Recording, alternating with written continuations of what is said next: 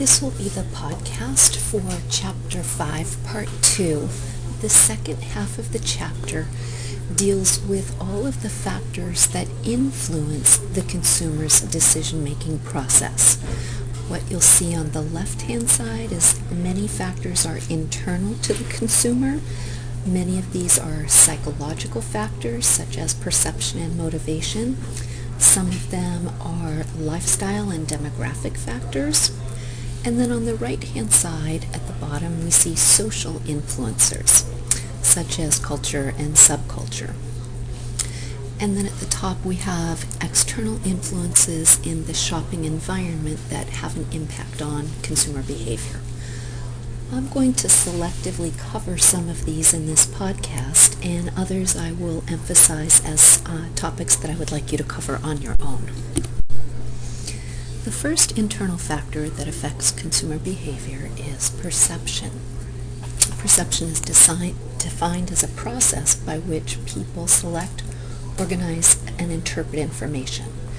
And there are 3 steps necessary in the perception process. The first one is being exposed to a marketing message. Oftentimes this occurs through media placement, where the ads are targeted to reach a particular group of consumers. Then consumers must attend to those messages, and selective attention means that people are more likely to pay attention to things that are relevant for them, and particularly when consumers are poised to purchase or ready to make a purchase decision, they're more likely to attend to marketing messages in that category. The interpretation part of the process essentially means that consumers may interpret messages in ways that are either consistent with their own experience, and they may be interpreted in ways that are unintended by marketers. And so it's really important that messages be pre-tested to assure that the meaning consumers assign is consistent with the meaning that marketers want them to have. Motivation should be a review concept. Most of you have already studied motivation in other classes, and this is an internal state that drives consumers to satisfy needs, oftentimes through purchase behavior. And the familiar Maslow's hierarchy of needs is actually used by marketers in a very interesting way. Marketers know that in our society today, most consumers have their physiological and safety needs already met. And what marketers know, therefore, is that consumers are very much motivated by needs that are at higher levels of the pyramid. Hence, we see car ads being targeted not to provide the basic need of transportation, but to satisfy ego needs, or even self-actualization needs in the case of many of the car ads that emphasize how Subarus can take you into the outdoors and you'll be self-actualized. So as you look at ads, I encourage you to think about what sorts of needs are they targeting, and by linking some of these products to fulfilling higher level needs can be a very effective marketing strategy. Consumers need to learn, and there are different theories of learning. Behavioral learning is very much based on kind of Skinner's rats, where there's a stimulus and a response. It's an operant conditioning model. Cognitive learning is learning that is processed through thinking and thought patterns. And as you would expect, high involvement does tend to be more cognitive, and low involvement does tend to be more behavioral or based on operant conditioning. Attitudes essentially are a lasting evaluation that a person has of products. And remember, we've designed products as physical objects, services, ideas, things like this. And essentially, marketers know that there are 3 components of attitude formation, and this is known as the ABC model.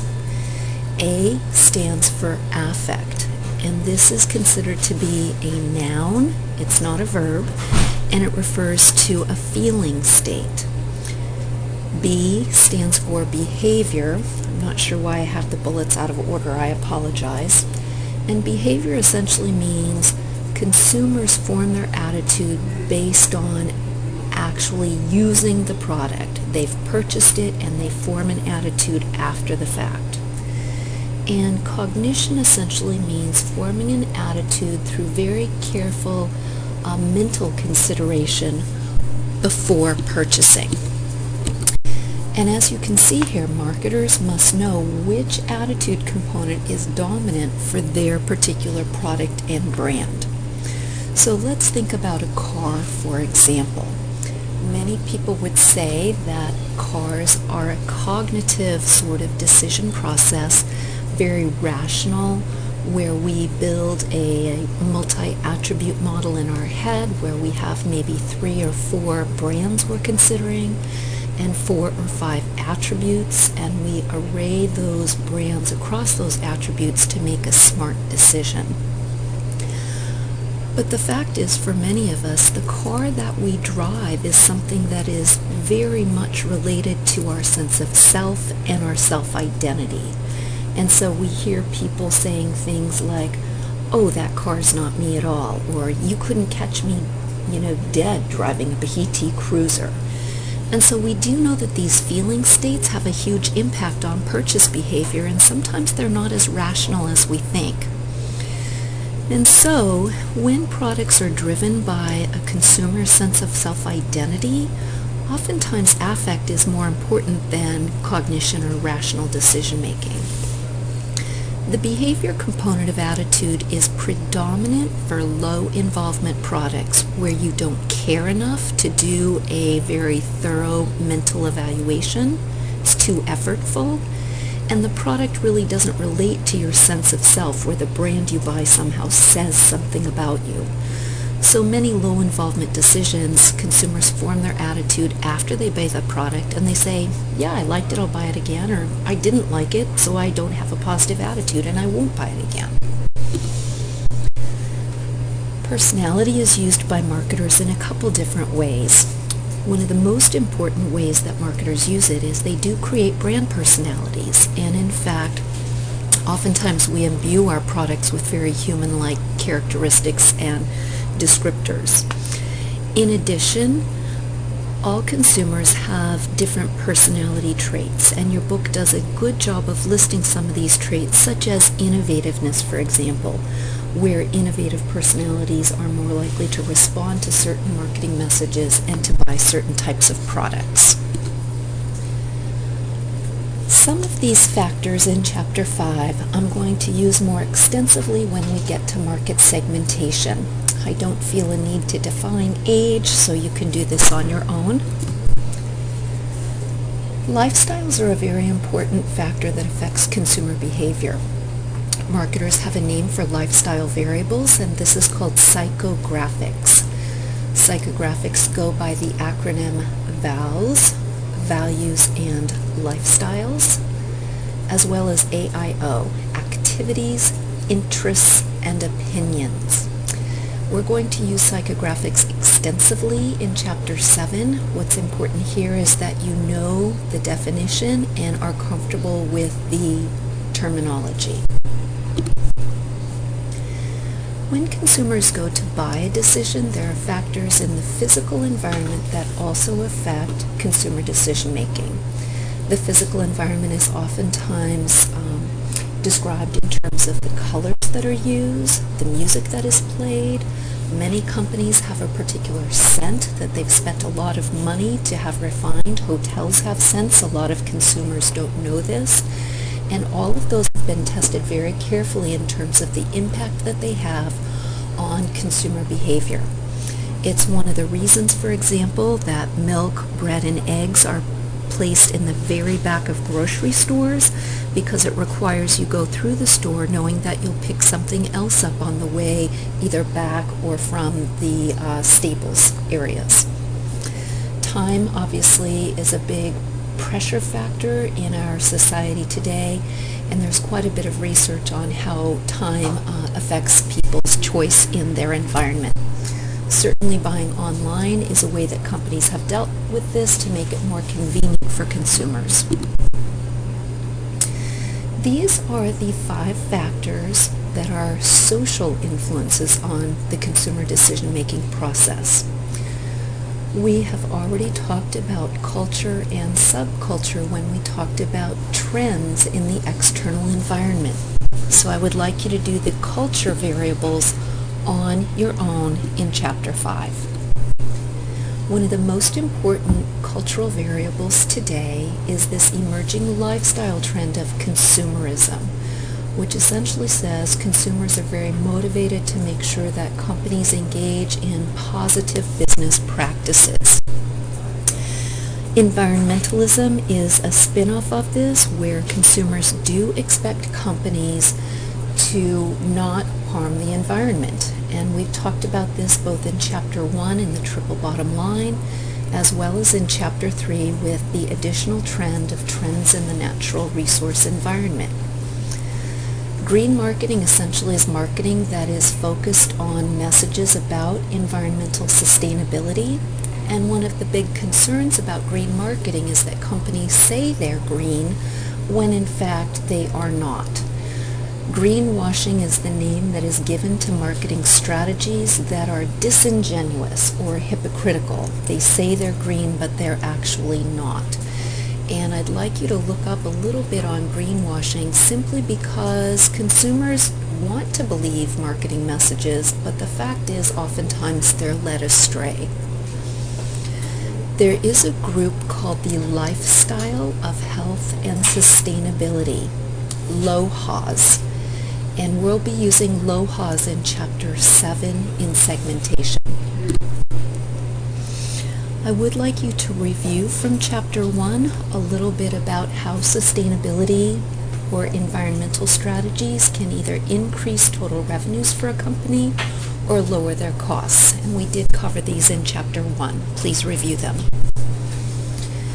And we definitely have, again, this important factor of how companies pick the social causes that they participate in, given how important this is in affecting consumer behavior.